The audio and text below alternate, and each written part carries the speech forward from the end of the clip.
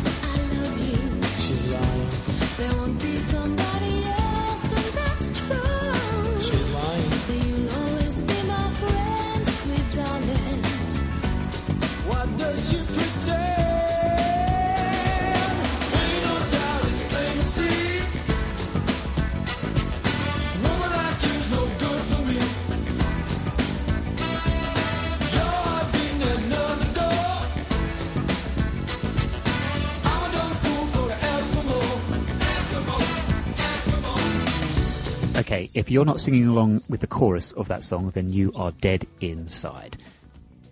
9 Years Podcast, everybody. Nick Draper here, joined by the face of the BBC Sport website, Mr. Stuart Deakins. Jimmy Now's right, she is lying. And we do not like liars, do we, Stu? We don't like liars. Liars? No, of course we don't. No one likes a liar. Absolutely not. Welcome to the show. We are discussing... What are we discussing this week, Stu? We won a game. That's why I'm all over the shop. We actually won a league game away at Walsall on Tuesday evening, so we'll be discussing that, looking back over the game that preceded it as well, that Burton defeat.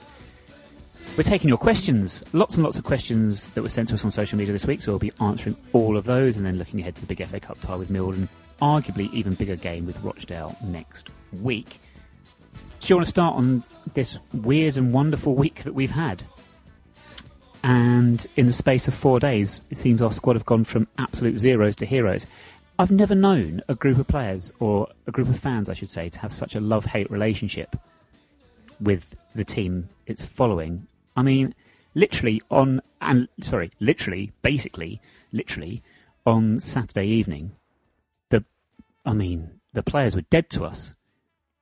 They really were. The comments that were coming out, I mean, when your manager comes out and says what he said post-match, he laid into them, talked about their effort and desire, and it was lacking. Lots of people saying they're not going again. Lots of people decided not to go to Walsall because they couldn't put themselves through it on the evidence of that Burton game. And then 4 days later, naturally what happens is we go and pick up our first win in the league of 2019, our first win in 7, I think, in the league. It is a strange relationship we have at the moment, isn't it, with the first team? Yeah, well, anyone goes through Saturday's game, and I defy anyone to come away from Saturday's defeat and get home to Burton Albion and look at any positives, because there was none. You know, we had people walking out probably as soon as the second goal went in, just because generally it was like, that's it. This team is just inconsistent, isn't it? And it's just the games. That's the problem, inconsistency. But it's trying to. I was very scathing about the team on Saturday, and I felt that way all the way through to Tuesday. I haven't been honest with you, and then I tried not to get. I don't know how you got through the game, but I tried to not get too excited about it. I was like, well, judging by the fact that when George told us hardly anyone was there, we thought that no one else had got excited about it either. But it was a weird one, wasn't it? And by all accounts, we put in a really good performance. We don't really know how good Walsall are. But what he's got is what he must be thinking. Do you know what? I now know why I'm a coach, because he must be putting his hair out to try and work out how you motivate this team, or at least get any little bit of consistency in them. Well, see, I don't know if I agree. You say they're inconsistent. I would say that for the majority of this season, we have been very consistent. We have been consistently, shockingly bad. And a little bit of a high point soon after Wally came in. Yes, we had the cup wins. Yeah, read into those what you will. Generally, I think we've just had a rubbish season, and that's been consistently bad. And this is my worry, because you're right. Following the game on Tuesday evening and trying not to get too excited by it or anything like that, I was the same as you. I'm not really, to be honest, I'm not reading anything into it. I know people are going to be very, very disappointed with me. They'll be like, come on, have some positivity. We can be hopeful now. We might stay up. But the old fraying? What? I can't even speak now. I'm so confused by this victory. The old saying, one win. Or no, I can't even talk properly. What is going on, Stu? They've thrown you in. They confused you by winning. It's totally thrown me. I am like Adebayo Aziz going through one-on-one with the goalkeeper. How many times do you use that tonight? It's the old saying, one swallow does not make a summer, or something like that. I don't even know. But I'm not reading into it. There is a slight problem with doing a podcast, and this goes with actually today's modern age of football, with social media and wall-to-wall coverage, is that every single result, things are read into and people talk about it and go, what does it mean and what's it going to influence going forward and all these things. In reality, we played a very poor team. Walsall have got 5 points from their last 30 available. We have got over twice that. We've got 11 points from our last 30. I just think this is, when you're down at the bottom, you can't lose every single week. You're going to pick up wins here and there on the odd occasion. I think that's all it is. Don't get your hopes up. We're still going down, and it's still been a horrendous season. Yeah, I think when I say about inconsistent, I think I have to judge it on since Wally took over. So if you look at it, when did he take over? He took over for just looking at here now, Plymouth was his first win, wasn't it? Top of my head, I'm thinking, I actually can't remember his first game was now. I know we won at Wickham, didn't we?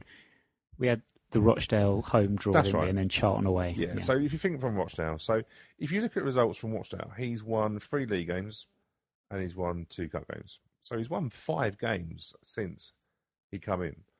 And I think that's where I say about the inconsistency. Because you look at the defeats, he lost away at Sunderland, he lost home to Fleetwood, which, yeah, he said by all accounts, he was honest and said, look, that's not a team I thought I had. It's, I don't know where it's come from. And if it happens again, which it did, then, he'd have to ask some questions. But they are, if you look at since he come in, and I think that's when you have to judge it, they have been inconsistent. But it's interesting, 5 wins since he come in. I think we tend to not so much forget about that, but that's not a bad return.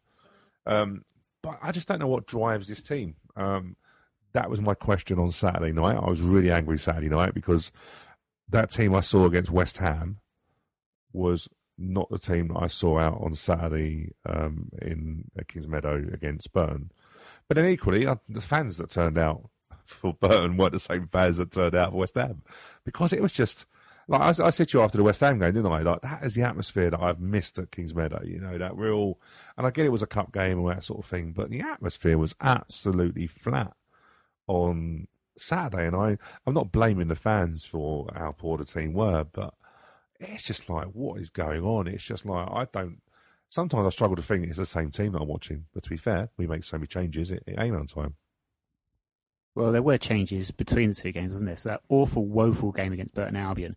This is what I mean. I do want to be positive. And like I say, with our relationship with the players, this love-hate relationship, we all want to like this group of players, okay? But that Burton game, coming off the Fleetwood game in the league, the last home league game before that, it makes it so difficult because it was so bad, Stu. Like, people were yes, we lost, what was it under Neil in the end? Was it 8 or was it just 7? I think we lost 7 consecutively. I lost count after 5. Okay. That's always a struggle for you, though, isn't it? Let's be fair. And yes, okay, that is a poor run of form, admittedly. But it's the players. Do you know what I mean? It's still the same core group of players that are doing it. So it's not just a one-off under Wally. It's like you're saying. It's been all season. So they do make it very, very difficult for us, these last 2 performances, all told. I agree, but you could argue, though, that he's, he brought 5 people in the window, a couple on loan and stuff like that. And he's obviously, let's be honest with you, he's basically just said to a few players, you ain't in my team. It is a big squad. It's one of the things that Wally said. It's a massive squad. Bigger than what he'd want. And I can understand that because really you want to put about a good 19 people. I think we're hitting further than that. I was chuckling to myself with the squad numbers on Tuesday night because we actually had 38, 39, 40 and 41 all playing. Which normally tells you all you need to know. Basically means you've mucked up. when you're going in that side of it. But these players, Joe, it's interesting to say about a love-hate relationship. I can't think of a team that I can't think of a Wimbledon team that I haven't connected with in any way. I don't really have any favourites anymore. I just don't understand the team. I think I'm so confused with how they can be so inconsistent and how they can chuck away points and how they can't get up for games that they need to win. And, you know, professional pride tells you that if you're doing well in the FA Cup and you're 10 points adrift at the bottom of League One, something's not adding up. Something is telling you that you're whatever you're doing is wrong because your priorities are in the wrong direction. And I suppose my biggest issue is the cup money in terms of bonus money. I sort of understand in a way why you should have a bonus. You know, bonus is to drive behaviour and performance. I get that, but it does feel to me that they're turning it on for the cup game, barring Tuesday night away at Walsall. When I think, do you know what? I think Wally probably told him a few home truths. You mentioned there that Wally, with the squad size, it was bigger than he'd want it to be. I can relate to that. The squad changes you were discussing and the size of the squad, and I mentioned the changes between Burton and Walsall. Again, this to me is all screaming very confused. I don't think we really... Yes, you're right in terms of, okay, we picked up wins and we won on Tuesday and what have you. But in reality, I don't think anyone's got an absolute clue what they're meant to be doing or what's going on. And my evidence for this is that team on Tuesday. Yes, we won the game, so it might seem a bit of a strange thing to pick up on. But all of a sudden, Anthony Hartigan, who was kicked out of the squad for the last 3 games, is suddenly back started. Doesn't make any sense. Tenai Watson finally gets the chop. I don't understand why. He should have got that prior or a long time before Tuesday night. He got the chop? That's a bit early. That's a bit early. Well, you know what I mean. Not that sort of chop. You're looking around. Wagstaff suddenly out of the team. What's that about? Dylan Connolly not even in the squad. What's that about? None of this is making any sense to me, Stu. Where's Paul Callum Bailly gone? Why has he dropped out of contention? Absolutely, completely. Why is Soares on the bench one week and then coming on against West Ham and then not in the squad at all and then rounds up? Do you know what I mean? None of it makes any sense. So basically what I'm saying is we're going from game to game hoping for the best, basically. Yeah. It's very difficult to make a judgment on Wally at the moment because, you know, he's come into a situation that is not ideal. But he has, you know, he said he's got a too big a squad. So is he using that squad for his own advantage? So he obviously got a cup game. You know, if we think about the West Ham game, we made, if I remember properly, about 4 or 5 changes from that team that got beat at Fleetwood. We made changes there. So he did say in an interview on the iFollow that it's a squad game. And he did, you know, he has said that to the players. But you're right. You know, players not being in the 19-man squad what are they doing? So what's Anthony Hartigan doing? So I know you can't. I'd like some more information. So if Anthony Hartigan isn't in the 19 for Burton, what is he doing? Is he just at home, or have they got a program that they're going? Do you know what? I didn't see him at the ground, if I'm being honest with you, but I wasn't looking for him. He's not the most. Anthony Hartigan could probably walk past you wouldn't notice. He's such an unassuming lad. But did they give him a routine? Did they say, right, you need to work on your weight so you can go do some extra training? Or you're right, they're the questions you need to know. No one's seen Liam Trotter, so is that the case? He's just gone. But I think there's a lot of questions, like in terms of Toby Sibbick gets back into the squad. I would say, for anyone who's not seen it, Toby Sibbick did a live Instagram from the team coach, and those can always be a car crash, but I couldn't stop laughing. It was a really insightful live Instagram that from a lad who's, you could be dangerous from someone who's 19 doing Instagram live, but actually come across really well. But then I noticed in the background sitting next to him was Tyler Burry, who I thought had just disappeared. You know, so what's he been doing? It's very, you know, is Wally now thinking, do you know what? I just need to just try and throw mud at the wall and see what sticks. And then we go in the summer, we get rid of what we don't want, which I think is becoming reasonably obvious. The loans go back, which is going to be quite a lot, and then we start again next season. But yeah, it's hard to get your head around, and for doing a podcast, it's really hard to get any consistency of this team. Doesn't help, of course, Steve Seddon, who was the goal scorer on Tuesday and received rave reviews for his performance, and did not have a good game against Burton at all. But then nobody did. But at least people got the sense from him that he was actually putting in. He was one of the few that was putting in 100%. But he's now cup tied for Saturday, so he comes out the team again. And then, did we pick up another injury? I think Sibbick. So we don't know what's happening with Tenai. Sibbick got injured, and we think he'll be out for Millwall. So that means we've... Well, that's the good thing about... Sorry to cut you off there. That's the good thing about the Instagram, is that he said it was cramp. So he actually gave it from the fair horse's mouth. He had cramp. Yeah, so he should be back with that. But yeah, you're right. Tene Watson, don't know. Rob McDonald goes into left back. Or Deji goes left back. Which he did against, again, moving everybody around. You know, we went 3-5-2 against Walsall, which I'm, you know what, in all seriousness, I'm quite happy he did. Because I think 3-5-2 is something I've been looking at. We're overloaded with centre halves, and we haven't got many good fullbacks. So it's probably a formation. Does he go with that again on a Saturday against Millwall? So many questions. And we've got more questions to come up, of course, which we'll be getting to very shortly. I just want to ask you one question about Mitch Pinnock, who's coming for a bit of criticism. No, I'm just wondering. I've noticed a lot on social media he's coming for criticism. He was dropped.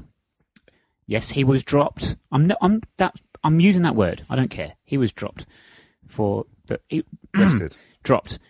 He was not in the team starting against Walsall. Yes. So is he being a bit unfairly singled out for criticism by some of our fans at the moment? What I would say is that he puts quality in the box pretty much every time. If he gets an opportunity to cross, he will put quality in there. It hasn't resulted in much of late, however. Yeah, do you know what? He done really well when Waddy come in. He actually he wasn't in the squad quite a bit. Was it him and Piggott are out and stuff like that, and whatever the situation was in Newhardley. But he hit quite a bit of form where he scored goals. So he's obviously scored. He scored in the cup away at Haringey. I'm just trying to top of my head now. I think he scored at Doncaster, scored the winner at home to Plymouth, and was really, really on good form.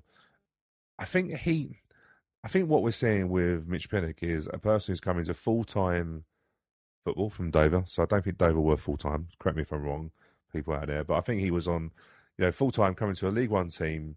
I don't think there was much stability when he come in under Neil Hardy. For obviously the squad wasn't, for whatever reason, just wasn't gelling.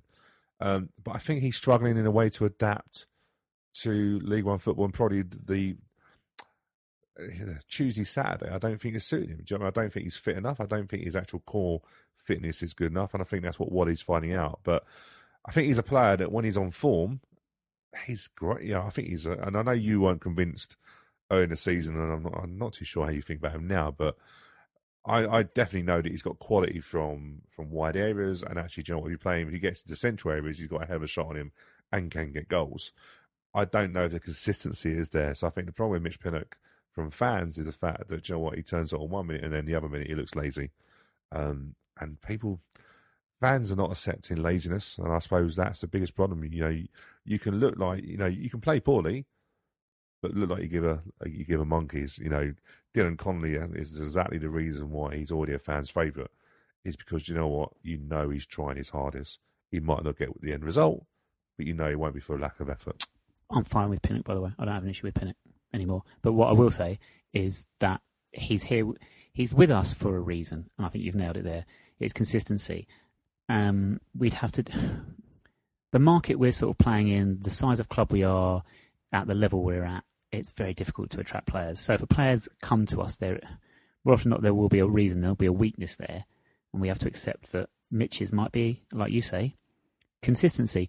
I'm going to go off on a bit of a tangent here, because that's reminded me. I was thinking about this the other day, and relegation and what have you, because I still think we're getting relegated.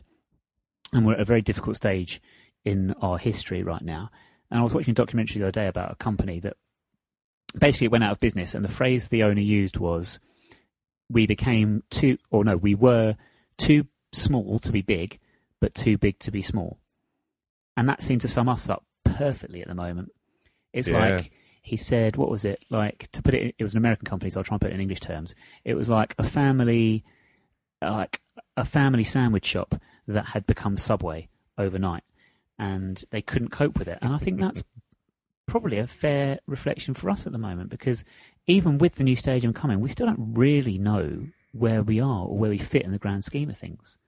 What we can attempt in terms of crowd sizes and what have you. Don't forget, a lot has changed since we last played in Wimbledon, and we're not we weren't putting in great crowds at Plough Lane back in the day. So now, with the advent of basically a live TV game every goddamn minute of every hour of every day, and Fulham are a completely different proposition these days in terms of fan base and all this business. So we don't know really where we stand. So, Yeah, Joe, I love that saying, actually. It's a really interesting way you put it. I think the biggest problem we have, right, is that let's be honest with you, right, the ground fell on our doorstep. We didn't go to Merton Council going, we're ready to return home. Merton Council went, we have to have you home. So we got a ground given to us. Yes, I know it took a little while because of all the red tape and all that sort of it. But I actually don't.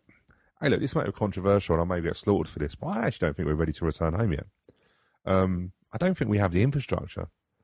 And what you're seeing at the moment is everything. It's like me when I have too many brainwaves. I get confused of what the most important one is. You're like Adebayo Aziz going through one-on-one with the goalkeeper. There you are. But, sometimes like you can, how can I put it? In work terms, you can have all these objectives, but actually, what are your key objectives? What are the main important ones? And actually, I don't know if we know, is it to stay in League One? Is it to make sure that we have a good mark? Is it to make sure that we have a Don's Trust Board to support the FCB? Is it also that we need to make sure we have a correct marketing team in there? Do we need a marketing manager, which I believe we have?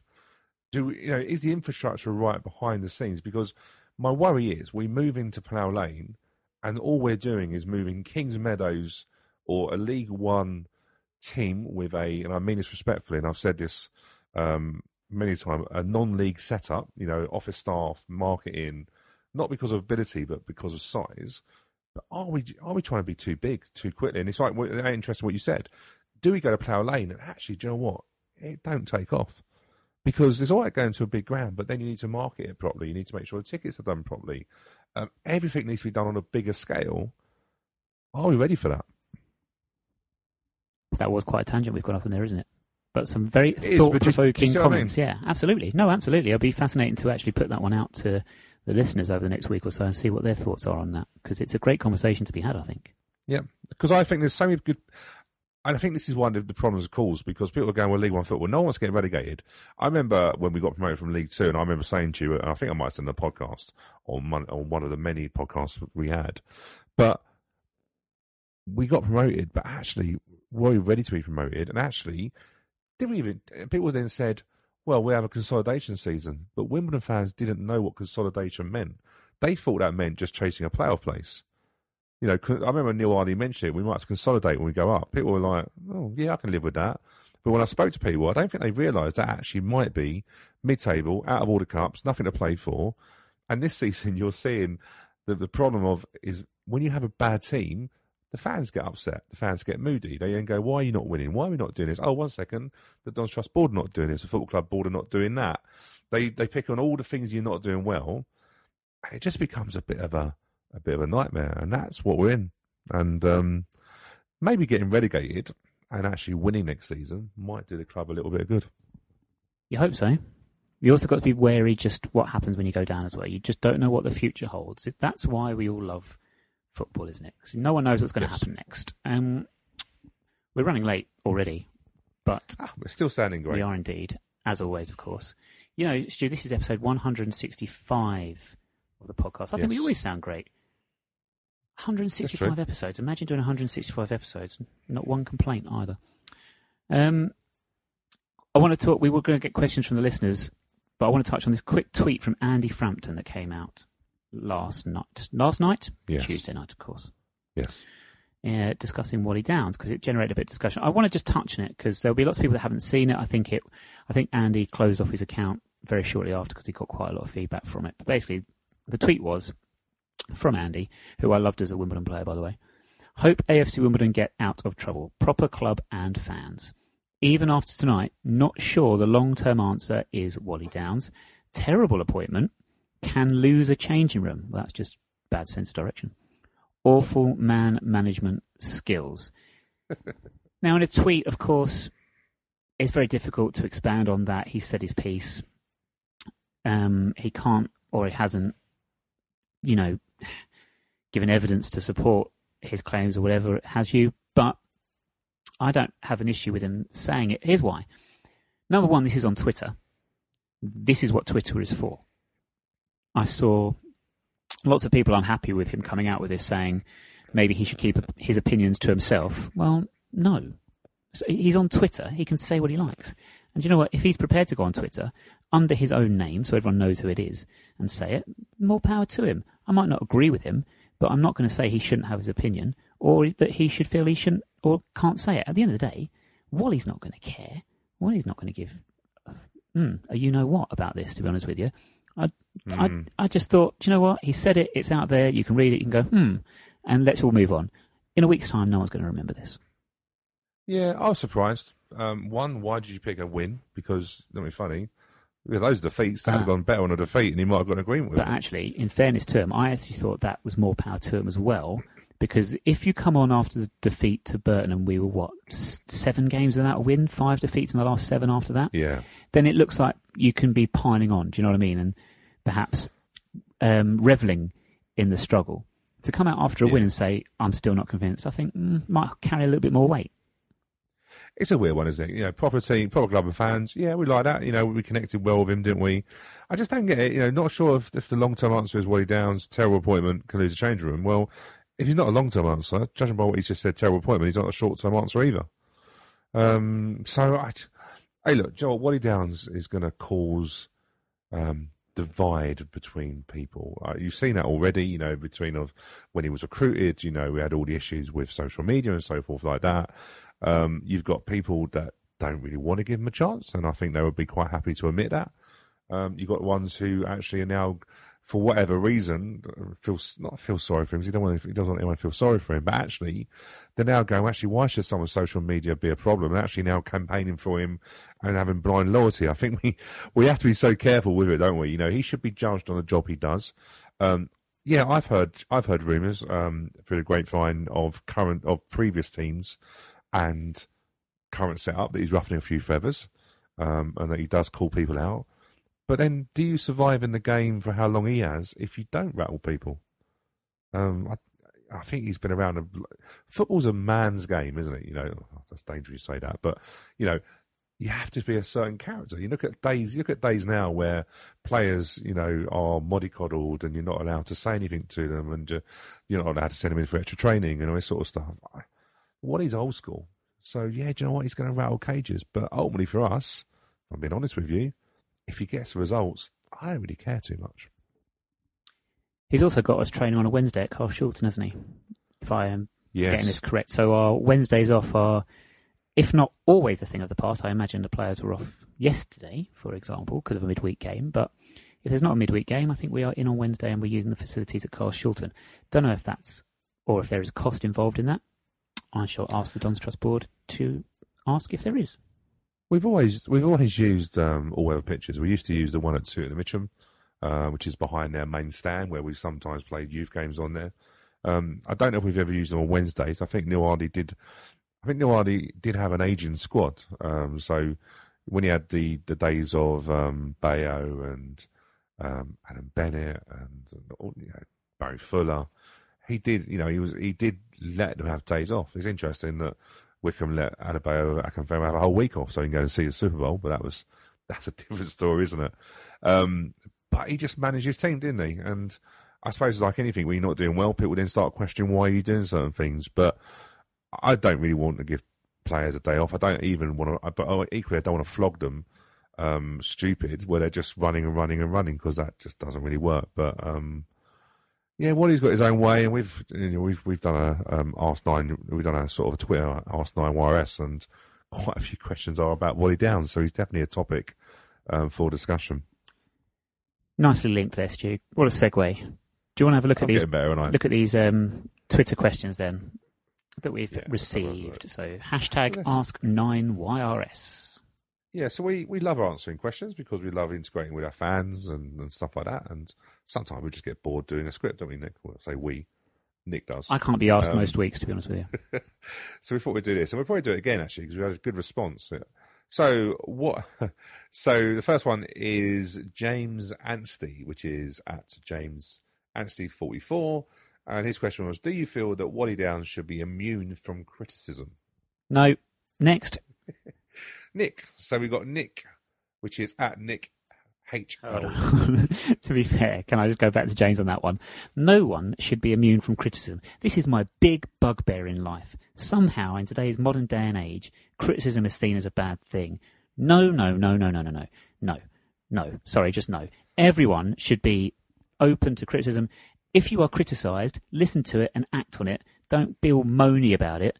Do something about it. Have a think about what you're being criticised for and think, actually, maybe I could do something a bit better there, or maybe I could have handled that a little bit differently. But no, society this week, you know this term snowflake that we all use? Yes. Do you know what? It's actually bang on. It really is. People need to grow a pair.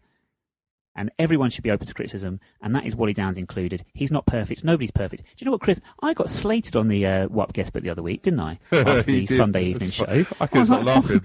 Do you know what? I was like, fine, bring it on. Criticise me. Have a go at me. That's the point. If you put yourself in a public eye, you put yourself in a position where you're there to be shot at, you're going to get criticised. Deal with it. So no, Wally should not be immune from criticism. What I laughed about that was that you got given grief for not sounding as excited. It's obviously because you didn't have me there. Do you know what I mean? So I appreciate, it's a bit difficult without me around. I'm joking.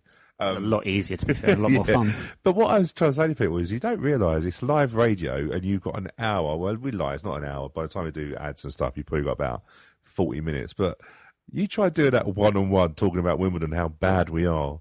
It's not easy. And I think some people just like to have a little bit of a whinge or stuff like that. But it's not easy doing that radio show, trust me. That's very kind of you to say. But like I say, if people want to criticise, absolutely criticise. And you know what? If you want to come and speak to me at a game and criticise me, absolutely fine. Tweet me, email me, 9yrest@may14.co.uk. Put it on the website, put it on my Twitter @ngdraper. I don't care. It's fine. I get loads of grief. Especially during the New Arlie in or out. I got loads of grief from people, and I just laughed at them. I was like, it's my opinion. I'm not going to change my mind. I've always been a case that I love football for the fact that you can have 10 people watching the same game, and everybody will see a different angle from it. Everyone will see something different. That's what I love about it. Do you know what I mean? I never think my views are right. I've been watching a game long enough to think that I have a good idea what's going on, but we've had discussions sometimes. I thought, I'm well wrong on that. I love that, But again, criticism, criticism is always about opening up your ears and listening. Do you know what I mean? You get some people that get criticism, but they're never listening to what you're saying. It's like, la, la, la, la, la. Anyway, we've digressed. So next one. We've digested. Next one is Nick, and that's his Twitter handle is @NickHLG. And his question is, with the relegation battle not looking promising, what is the next best thing you think we should aim for the remainder of the season? In brackets, the best two obviously being winning the FA Cup and staying up. Don't know, to be honest with you. I think it's quarterfinal of the FA Cup, I guess. Do you aim for that, though? We're already punching above our weight getting into the 5th round, aren't we? So that's already success in my view. Maybe just getting the youngsters more game time, I think.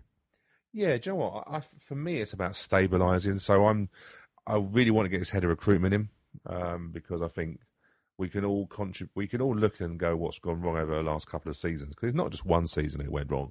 It's been a couple of seasons, and we can put it down to recruitment. It's not been good enough as we got into League One, whether that's because of salaries, etc.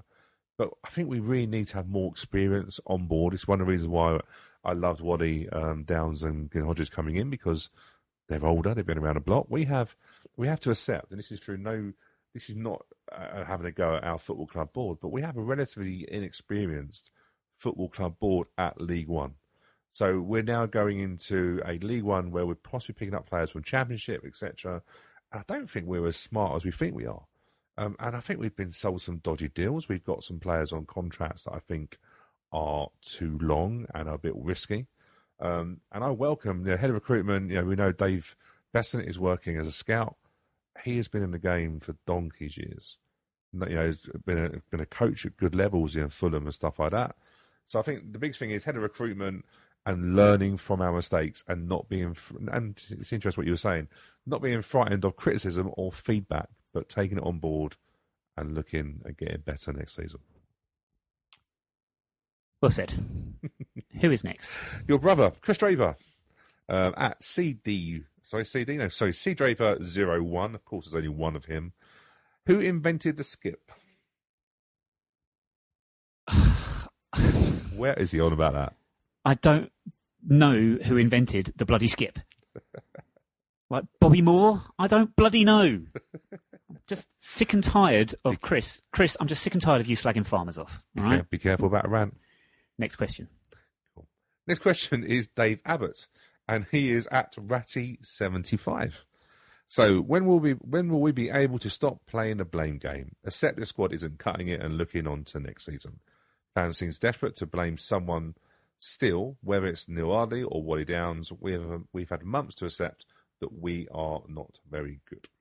Dave Abbott is a very clever man. I can't add to that. Hallelujah. Absolutely. We're rubbish. I've said it all season. I've said it. I'm sorry, pat myself on the back here, Stu. I said this back in August. I was like, we're actually not very good. And that's the fact of the matter. Do you know what? I wouldn't have sacked Neil Ardley, as you well know. And actually, do you know what? When people say that to me about Neil Ardley as well, you can tell I'm ranting now, can't you? I can tell. I think I must be tired. I think so. I don't know. It's funnier though when you're tired. Yeah, it is actually. I'm sure it is. Maybe listeners might disagree. Apparently, I'm very unfunny. But anyway, it doesn't matter. My point being here, right? Neil Ardley. People say, how can you say he shouldn't have been sacked? We've improved under Wally Downs. Yes, we have improved. I still think, though, the bottom line is we're going down. And actually, 2 words. These are the 2 words why I didn't think Neil Ardley should be sacked. Kevin and Nolan. Because that is who the job got offered to. Could you imagine if Kevin Nolan had been our manager instead of Wally Downs? That was the plan. We should never have sacked Neil Ardley. But it's turned out all right, kind of. And this is where our point goes back to how we have relatively little experience on the football club board. They are good at what they do. They've done great things. But we have to accept sometimes that we have to... progression is a great thing. And I think we haven't progressed in many areas. And, yeah, the fact that we were going to offer it to Kevin Nolan, who then decided that he didn't know where we were and couldn't travel and made all these excuses. Yeah, we know what the real reason was, don't we? Let's be honest with you. Yeah, do you know what? Blame game, bored of it now. Do you know what I mean? It becomes a little bit tiresome. I get fed up with Neil Ardley isn't doing well at Notts County and people seeming to want to see him fail in another job if that justifies their reason for him wanting to leave. That's silly. What I would say, though, very quickly, he made 2 great signings in the transfer window in terms of he got Doyle from Coventry, who was at Pompey before, done a great job there, and Craig McCall-Smith. I would have loved them 2 to have been at our club. Anyway, just saying. Well, this is a good one. So AFCW edits, which are at Twitter handle at AFCW_edits. What are both your favourite games you've watched as a Wimbledon fan? Damn good question. I've got a couple. I saw it earlier, so I've had a chance to think, and mine are probably nowhere near what people would think. Did they involve Lyle Taylor scoring? Did I tell you that Lyle's coming back to Kings Meadow next week, or the week after? You've had it booked in your diary since the features came out. I know. I have to message him and just make sure that. Yeah. Oh no, I'm going to have to message him. Oh no, what a shame. Make sure he just doesn't score against us. Of course, he won't listen to that rubbish. But I'm going to look forward to him coming back. I'll be so glad though to beat him and send him back with no points. That sounded wrong. You dream about beating him, don't you? Oh, bless him. Have you got any that come to mind? Or do you want me to go in mine quickly? Oh, there's loads that immediately come to mind. I mean, obviously Wembley beating Plymouth 2-0, because these are fresh in the mind because of other games we've had recently. So obviously 3-0 down, 4-3 up at West Ham. The official Twitter asked the other day for the programme about memorable games or London derbies, I think, and it was Palace 3-0 when Leeburn scored twice. That was a good one. Yes. Beating Arsenal when they were champions in '98. I remember that very fondly. Loads. Fleetwood in the semi-final. Crawley when Kedwell scored. There's so many. I don't know if I could make a top 5, to be honest with you. Joe, I'm going to go for really 2 random ones, and they were, for me, when AFC Wimbledon started, there were certain milestones, and I think I've spoken to you about this before, but they still stick in my memory. There were certain milestones that I really wanted to achieve, and one was beating Wallingford, because they were the combined counties team that stopped us winning the league in the first year. And I never forget when we beat them 3-2 at home, if I remember properly. It's your favourite game? Yeah, because for me, there were certain milestones that we had to achieve to get us through the leagues. I didn't really like Wallingford too much. I didn't like the fact they had no fans and they kept on. They were just a horrible team in a stupid kit. But then we did sign Shane Small King from them, so that was okay. So that was that. So I think we beat them 3-2 at home, wet day, and then beating Chelmsford at home. I think we beat them 3-1. Ricky Holmes was in the team, and I just didn't like Chelmsford. Hated them. They were cocky. They were funded by a bit of money, and yeah, I get bitter sometimes. I really like beating teams that give it the large.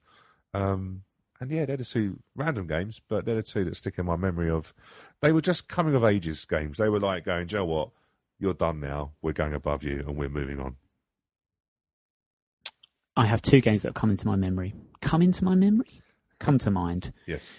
On a similar vein, Aldershot in the trophy. Yes. Loved that. 1-0 down at half-time, came back to win 2-1. That was a great day out and felt like an important game as well.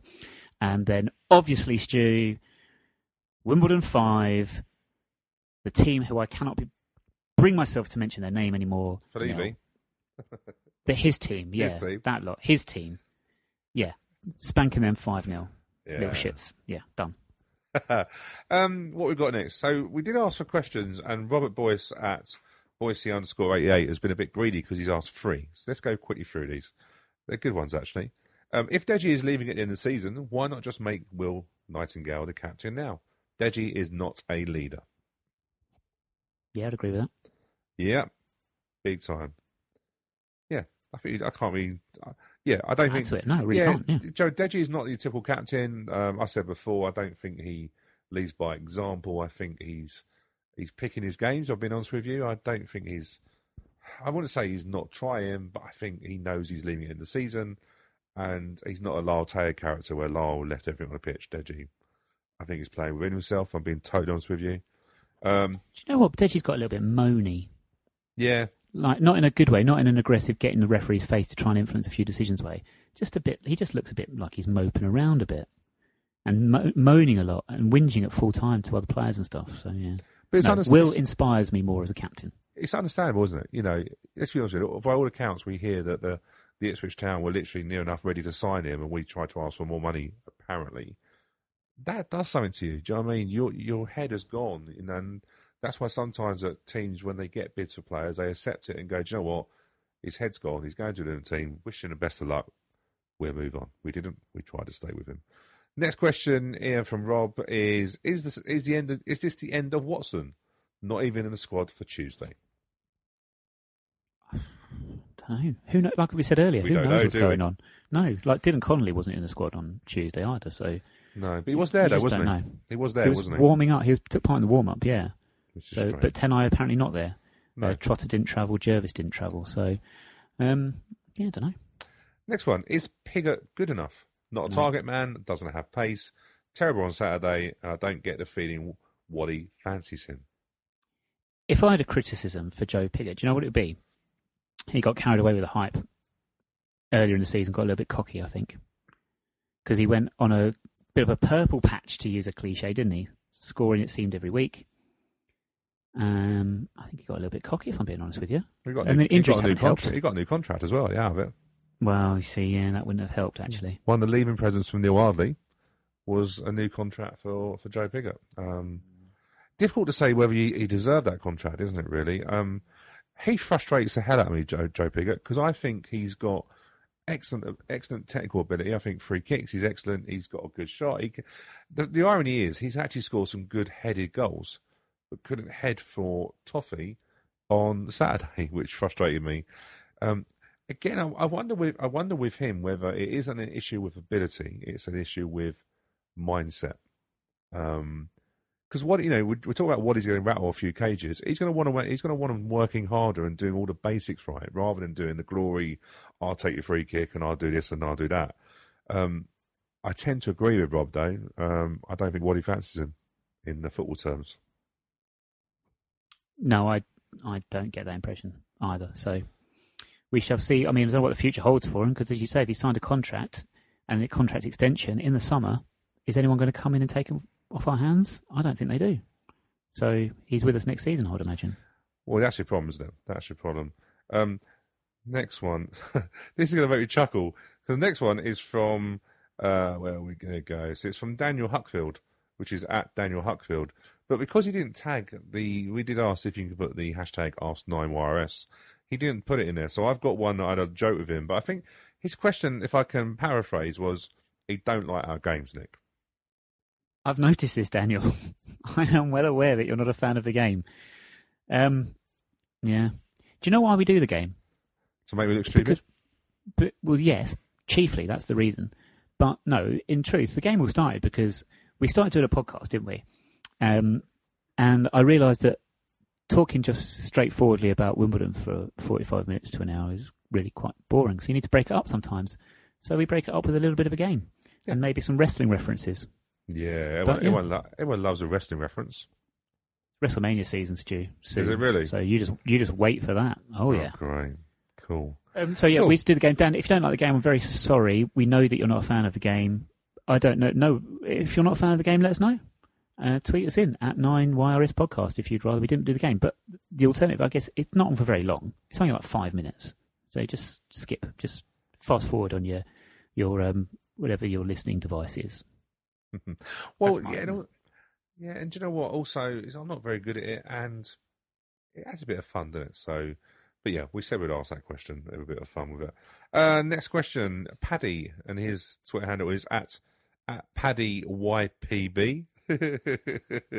Right, so Paddy's asking, how much do you read into the calmness of Wally after we score? It was particularly apparent during the West Ham game. It's not as usual trait of managers that have been in that position before him. Interesting question.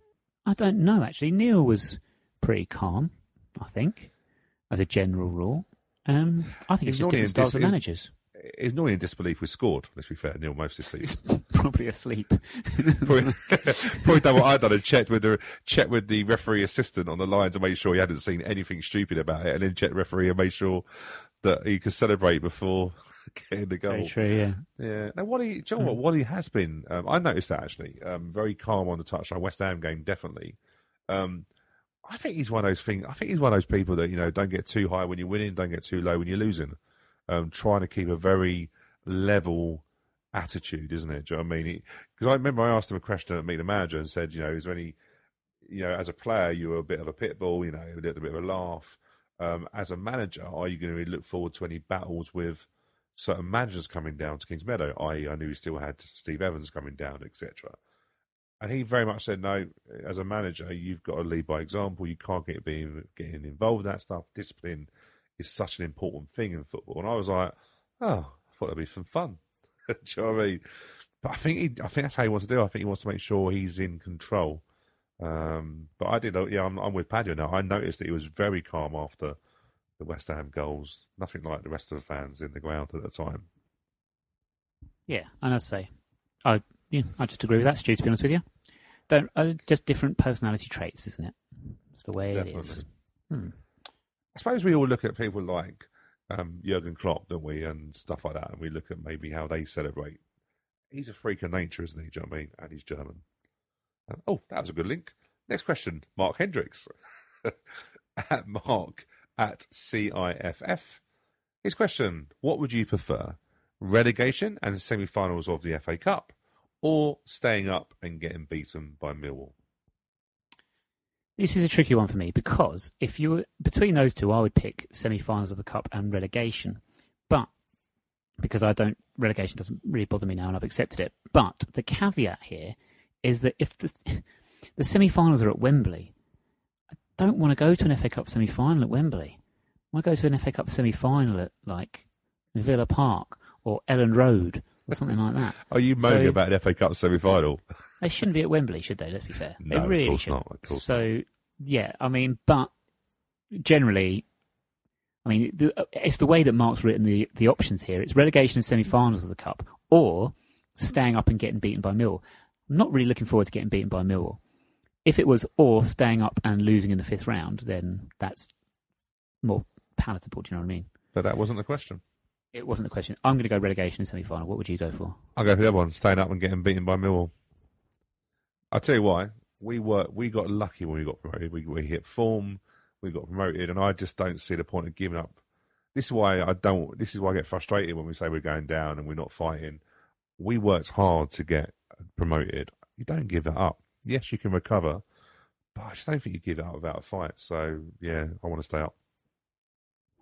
Fair enough. Cool. Next one. How many got left now? We've got 3 more left, so we'll quickly go through these. So, we've got Jordan Massey, and his Twitter handle is at Jord_Massey. Same team as last night against Millwall on Saturday, ?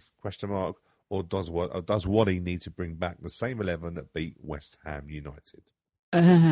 See, from memory, with the only potential change from the team that beat West Ham, because obviously Seddon can't play, McLaughlin could possibly come in. Yeah, we don't think they're cup tied, do we? No. Kwesi is, we don't know. He was taken off against Burton. We assume that he will be out for Millwall, but you know what Kwesi's like. He makes these Lazarus-type comebacks. What are you trying to say? I'm just saying he could possibly still be fit. So it'll be interesting. I think you go for the same 11 that beat West Ham, with the knowledge that you might need to make a change at right back, possibly, if that's what Wally's thinking with Tenai at the moment, and then centre forward. If you go 4-1-4-1, I think he probably will go that way, 4-1-4-1, then I don't know, who does he play up front, do you reckon? Because as he said, I guess he does go for Pigott, but as you say, he doesn't. Maybe I don't know what Felivi's situation is. He's not going to be cup tied, is he? No. So Watford are rubbish and want to play their kids, would they? So. Watford absolutely suck. So same team, just with the right back and the centre forward, maybe with injuries or whatever, maybe changing, in my opinion. Yeah, I'm with that as well. I don't. Do you know what? Confidence, winning games breeds confidence, doesn't it? And yes, I know we've got Connolly and Wagstaff and there's players waiting to come back in, and Kwesi may be fit for, but Kwesi wasn't fit for the West Ham game. He played with himself and actually done really, really well.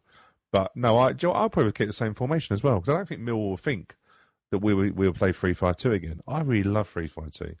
I think it gives you a three in the middle. I think we've got good, strong centre halves. We have rubbish fullbacks, and Seddon is cup tied. So no, do you know what? I'd play the same team, and Conley on the bench as a super sub, I think could be a very good.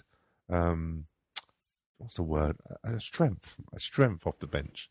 And no, keep the same team. I would. Right. Good question. Luke Powell. And he is Twitter handle at TRD_Powell. If you could hire someone for any role at the football club, what role would it be? Mine would be another social media admin. Oh, Luke, do not set us up. I'm going to say for this one, an usher, just for me. So basically, they should employ someone for just me. I mean, you can borrow him, Stu, or her, just to bring me stuff during a game. Like, bring me a cup of tea, hot chocolate or something.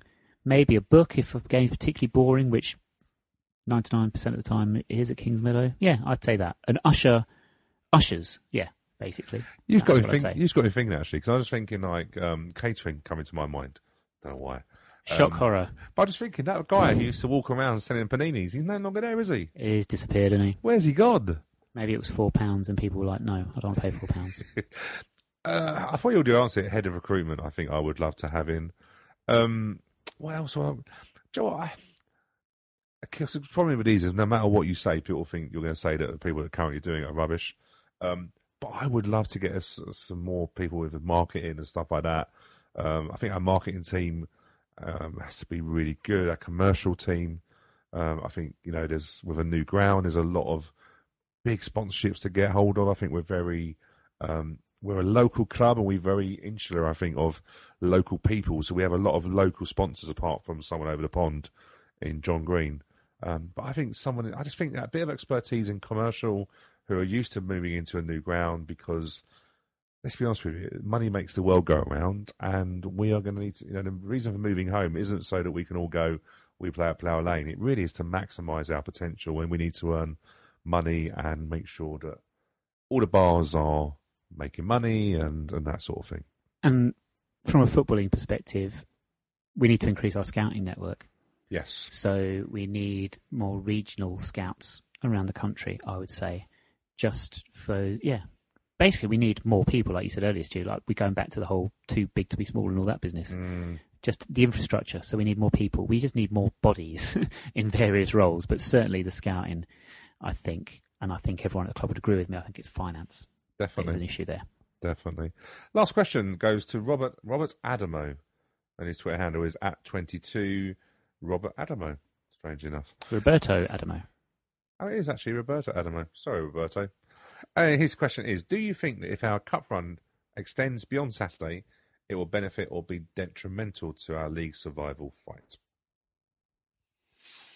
Well, Rochdale's the example everyone uses, isn't it? But didn't they get through to the 5th round last year and stay up? So then we'd be going one step further. Yes, I think they had replays, didn't they, and stuff like that. Yeah, so they've got Spurs, I think, in the 5th round replay. So See, I've resigned myself to going down anyway. So let's just play for the cup. And if it takes us to the semi-final, like Mark's question, semi-final relegation, it's fine with me. I don't think it'll be. I don't think it'll be either because, as I say, I think we'll already be down. You just don't know because on the one hand, yes, it can take attention away, like we saw with the Fleetwood game, and you could drop points when you really shouldn't do because you've got one eye on a bigger cup game or whatever. The other word is that wonderful word that we all love, momentum. Yeah, it's very difficult, isn't it, answer-wise, to get it right sometimes. In terms of, I think winning breeds confidence. I think it does. So this team struggles to get anything from, as you said, inconsistency, isn't it? But also we have to accept that it will mean another midweek game because, Rochdale was rearranged because of that. Fleetwood was rearranged because of the Cup. So it will mean another game rearranged, which will mean a Saturday, Tuesday. Flip side is it means you've got loads of points available very quickly and you can put pressure on everybody else. But the other side means that you're going to be more tired. But we've got a big squad. So there's so many... I don't know. Do you know what? Let's just win the game. Let's win Saturday. Let's get the money out of it. Let's get a cup run going. Let's get the bonus money for it to be excellent. TV in the next round. Yeah, I'm looking forward to Saturday now. It wasn't last Saturday, but I'm looking forward to this Saturday. Should we move on to this Saturday in a moment? Is that it for questions? We thank you all for your questions, by the way. So #us9years. Thank you very much for that. Much appreciated. We hope we've answered your questions and you're happy with the answers. And as you say, Stu, we'll probably do that again before the end of the season. Yeah. We will look over to Mill quickly. Oh, Dan Huckfield, turn off your iPod or whatever you're listening on for a moment. Wally with a trolley time. Yay! Quick one, Stu. What supermarket? Oh, it's that time of month where everyone's skint, isn't they? So I think we have to make a trip to. I don't know. Not Asda. Yeah, let's go to Asda. Let's go to Asda. Are we allowed to go to Asda? We're not meant to boycott Asda. Oh, okay. Let's go to Tesco's. Okay, that's a good choice. Right, so this podcast is being launched on the 14th of February, which we all know, Stu, is what famous, important-ish date in the calendar? I don't know. Is it an important day? I don't know. Must play someone decent that day. The 14th of February, Stu, come on. Well, that's one of my friend's birthdays. Oh, my God. I don't know how old she is, but yeah, isn't it? I don't know. Romance is dead I've got a baby now, do you know what I mean? So I don't want to celebrate Valentine's Day. Is that what we're talking about? We are indeed talking about Valentine's Day, Stu. And on the 14th of February 2004, it was a St. Valentine's Day massacre at Fetcham Grove. Who did we beat on that day, and what was the scoreline? Fetcham Grove. No, that rings a... Is that Leatherhead? It is. How worrying is I remember the non-league ground names. But it's not Leatherhead I'm talking about. Oh.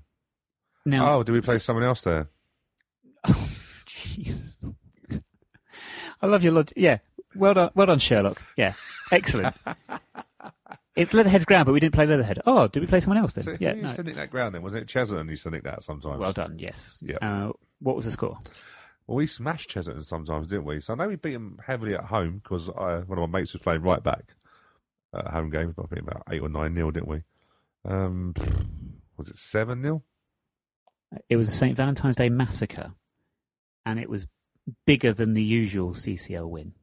Ah, so it was 10-0, 9. We didn't go to double figures, did we, against anybody? No. 9-0. 9-0. It was indeed. A record victory for AFC Wimbledon, which was matched, I think, with a victory over Slough Town in the Ryman Premier a few years later at Kings Meadow. We had 5 different goal scorers that day. One got a hat-trick, 2 of them got 2, and then there were 2 others that got 1. You've got 7 guesses to guess the 5 scorers. That's quite generous. Kevin Cooper? Yeah. Surprise, surprise. Let's have a think of that team. Who'd have scored goals? Would Matt Everard have been here at that time? Let's go for Matt Everard. Not Matt Everard. Andy Sullivan. Not Andy Sullivan. So now you've got 4 guesses left and you have to get them all right. Wow. Lee Sidwell. No, dear. No. Do you know what? He didn't even play that day. Well, that's no good, is it? No. Danny Oakins. There we go. Danny Oakins got 1 that day. Kevin Cooper got a hat-trick, by the way. Trying to think who else played for the team at that time. I kind of think he'd play up front with Kevin Cooper because he got all the goals that he normally. Johnny Main would have been there by then because Kevin Cooper was da-da-da. I don't know. I can't think of anyone else. You're going to kick yourself, Stu. Yep. So, Kevin Cooper got a hat-trick. Danny Okins got 1. Joe Sherin got 1. But was he fit? Obviously not. To be fair, he didn't need to be fit to play in the Combine Counties. No, Joe Sherin got 1. Gavin Bolger got 2. Oh, wow. And Ryan Gray got 2 as well. Ryan Gray down the wing. Joe, I never forget Ryan Gray, right? One time, remember, he was... He just did.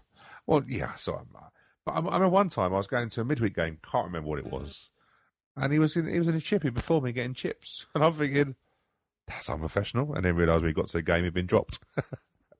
Which would make sense. Yeah, but I was like, hey, look, I know you lot probably are eating like massive breakfasts before games anyway, but that's a bit... But yeah, he was dropped for that game. Yeah.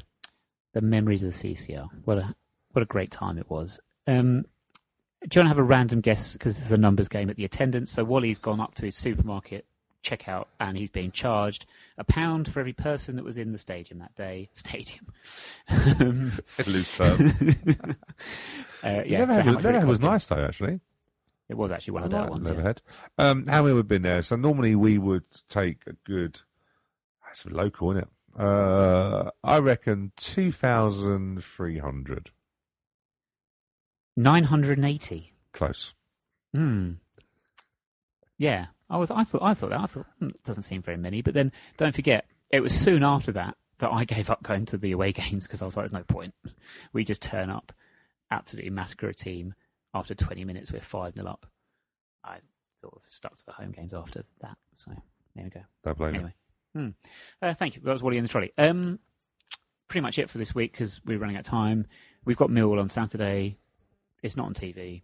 Why not? It's the only one not on TV. I don't know. People are idiots. Scoreline prediction? I think we're going to win, but I don't think it would be in normal time. I think we'll win. I reckon it'll be 2-1 in extra time to Wimbledon. Do you know if it goes all the way to penalties, our players will not have a clue what they're supposed to do? It's been 42 games since we've been awarded a penalty. 42 competitive games since we've been awarded a penalty. Do you know what? I can just imagine first penalty in the penalty shootout, and I don't know, let's argument say Scott Wagstaff goes up to take it. It's going to be like Adebayo Aziz closing in on the goalkeeper one-on-one. Just won't know what to do. Who would be a penalty takers? It depends who's in the team, I guess, but Kwesi, obviously. He'd probably put a hamstring taking one. Probably. Pinnock will definitely, because he'll just put his foot through it. Yeah. It's a good question, that. Isn't it? Wordsworth? Definitely Wordsworth. Yeah, so you think, would Conley take one? You think he'd be brave enough? By the way, Conley, I absolutely fallen in love with Conley at football. He is Steve Claridge, basically esque, because he doesn't wear any shin pads. Rolls his socks down. How's he getting away with that? Me and Mark Hendricks had a conversation. He must wear shin pads. And he went, I don't think you have to. Yes, you do. He doesn't wear them. How is he getting away with it? Referees are very hot on these things, so I'm surprised. How stupid can he be? Someone's going to go right through him. Not that I watched that it's going to happen, but yeah. Brought up playing Irish football, Gaelic football, hurling, what have you. What a great signing that has been so far already. So far it has indeed. Then we have, more importantly, away to Rochdale that you referenced earlier in the week. And just looking quickly ahead, because there are 9 games in League One, I think, this Saturday. There's still a lot going on. We just have to keep an eye on it for our situation if we are thinking of staying up. Huge game, Bradford versus Plymouth. Scunthorpe away at Gillingham. Oxford have got a winnable game against Peterborough as well. And Shrewsbury host Burton Albion. So lots to be watching out for, I think. Yeah. All I was going to say very quickly is Rochdale's home record is absolutely rubbish. They've been turned over by Plymouth 2-1. They had 2 consecutive back-to-back 4-0 defeats, one by Bradford, one by Burton Albion. Their home form is not good at all. So there you are. Might be in for another positive midweek away win in the league. We shall see. Ladies, I believe this weekend, rescheduled cup game with Loughborough away. Keep an eye on the fixtures to make sure that's still going ahead. Next Sunday, 24th, they host Luton Town ladies. So what a great side they are in the league. 2:00 at Carl Shulton Athletic. Music quiz this week. Last week it was Oblivion by Terrorvision. Classic song, correctly guessed makes it sound like it was a shot in the dark. correctly identified by Mark Hendricks at Mark at CIFF, Stuart Rolfe at Aldo Grove, and Richard Clark at Womburling Free. And Richard says, this is very nice, the intro song was Oblivion by Terrorvision, was a fan in the 90s. Apt band name if relegation battle goes to the wire. Yes, indeed. If AFC do go down, I might need a tequila. Very good. Referencing another Terrorvision song there. Enjoying the podcast, new listener since October, and gets me through work on Thursday each week. Well, thank you very much, Richard. We're glad you enjoy it, and thank you to everyone who passes on their nice comments to the podcast as well. We hope we help get you through your working day, whatever day you choose to listen. That is it. Thank you very much for joining me this week, Stu. No problem at all. Thanks for having me. Updates from Millwall and Rochdale will be on Twitter at 9YRS Podcast. AFC One and Business Club this week, well, it is half term. So they'll all be down the training ground watching the players train. Of course they will. Oh no, hold on, that's the blue and yellow club, I think, isn't it? They're all sponsors. They're more important than fans anyway. Kevin Boras and Hannah Kitcher, Love Sport Radio this Sunday, 8 p.m. Tune into that. Alexa Bliss, bag first, milk last. We will speak to you again next Thursday.